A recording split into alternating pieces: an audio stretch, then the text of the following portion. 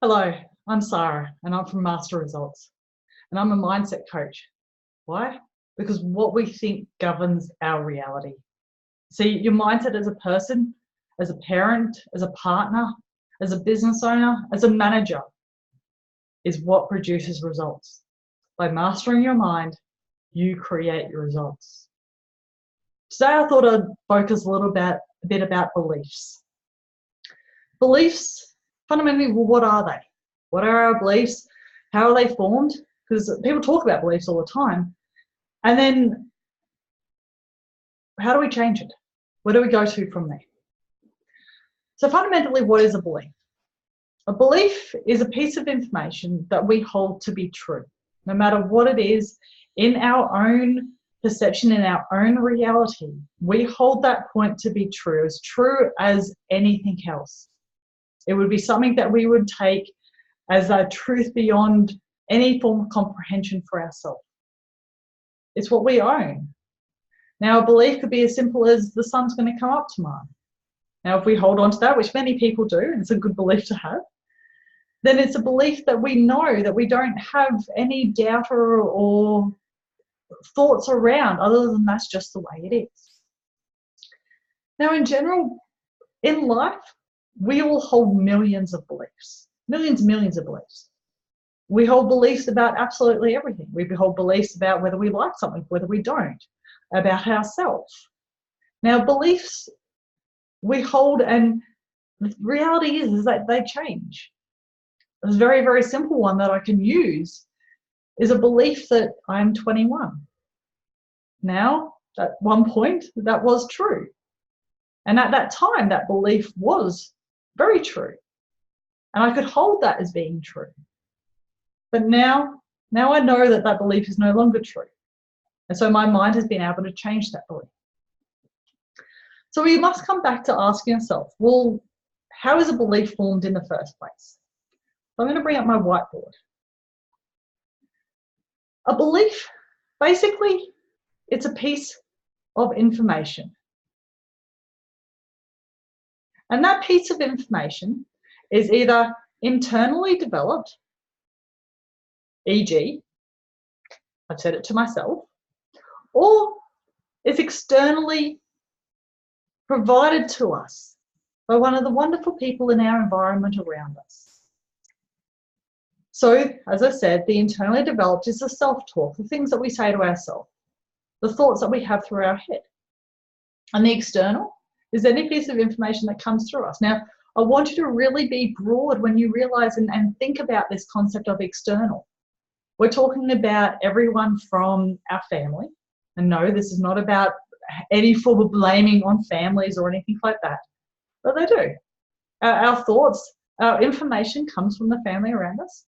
They come from our educational environment as we grow up. We're given lots of information there all the time.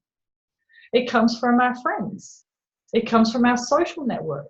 It comes from our workplaces as we get older into adulthood. It comes from doctors. It comes from specialists. It comes from professionals. There is information coming at us constantly, all day, every day. So what is the difference between that piece of information and what then forms into a belief? In order for it to form into a belief, two things have to happen. The first is repetition. And that repetition means that it's just happening over and over again. And so with that repetition coming between these two is the first of the very important ingredients. We have a piece of information and we're having it over and over again. The second, the very also critical point here, is that we smack it with some form of emotion. And if that information and that repetition comes together, that will equal a belief. Now, as I said, there are millions of different beliefs that we all hold. We believe in terms of colours, in terms of activities, in terms of items. I believe that you're looking at some form of screen right now if you're listening to this. Now, all beliefs, they come from all different types of aspects of our life. So a belief can be incredibly positive, it can be incredibly helpful.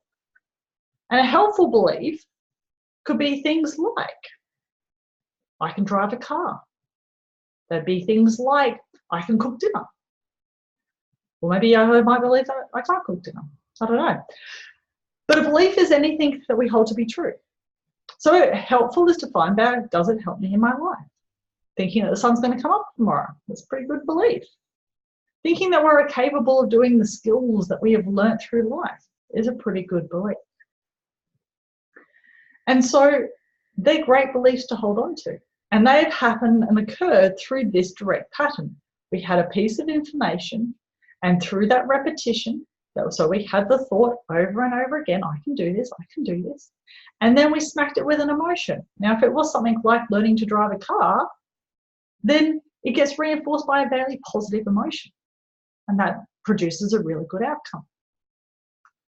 But there are some times in life that unfortunately we produce what we refer to as an unhelpful belief or a limiting belief.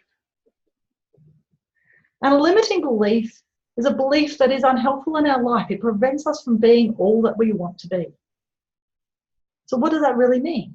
It's exactly the same process here as what we're looking at for all these other beliefs. It's just simply a piece of information that we've had with repetition. So again, either internally developed or externally provided from one of those wonderful stimulus in the world around us. And we smacked it with a whole pile of emotion. In this case, it would probably be what we would consider as a bit of a negative emotion. Sadness, hurt, fear, guilt, just to name a few.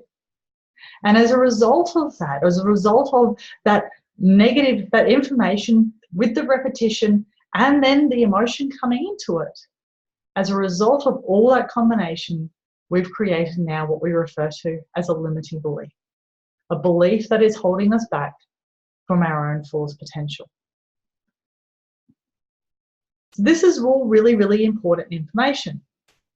And why is it important information?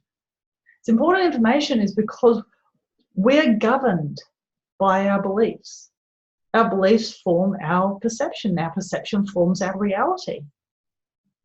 So therefore, if we have a belief that is somehow preventing us from being the best version of ourselves, then we need to understand that we created it. Not meaningfully, not purposely, but all that happened was through that process. A piece of information that we just simply had the repetition of, and we had it attached to a certain emotion. And unconsciously, not on purpose, that now has formed a certain belief in our own mind. And because of the way our mind works, we cannot produce a response that we don't believe to be true. This is all pretty powerful stuff. Some people quite often ask me, is it possible to change a belief? The answer to that is absolutely yes. Of course it's possible to change a belief. And the easiest way to do that is to actually look at the validity of the belief in the first place. How is it that I came to choose that in the first place?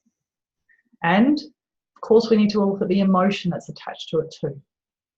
If we do not have the emotion attached to the belief turns back into just simply a mere number of words. And that's just information. See, we can have information that we repeat often, but if there's no emotion, then it's just a piece of information.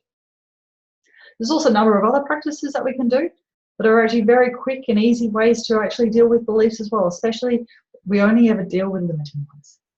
Because any belief that's helping you in life, we want to hold on to that. So I hope you found this information slightly helpful and appropriate. And if you do, please subscribe and you'll be up to date on lots more topics and future things to come. Have a lovely day.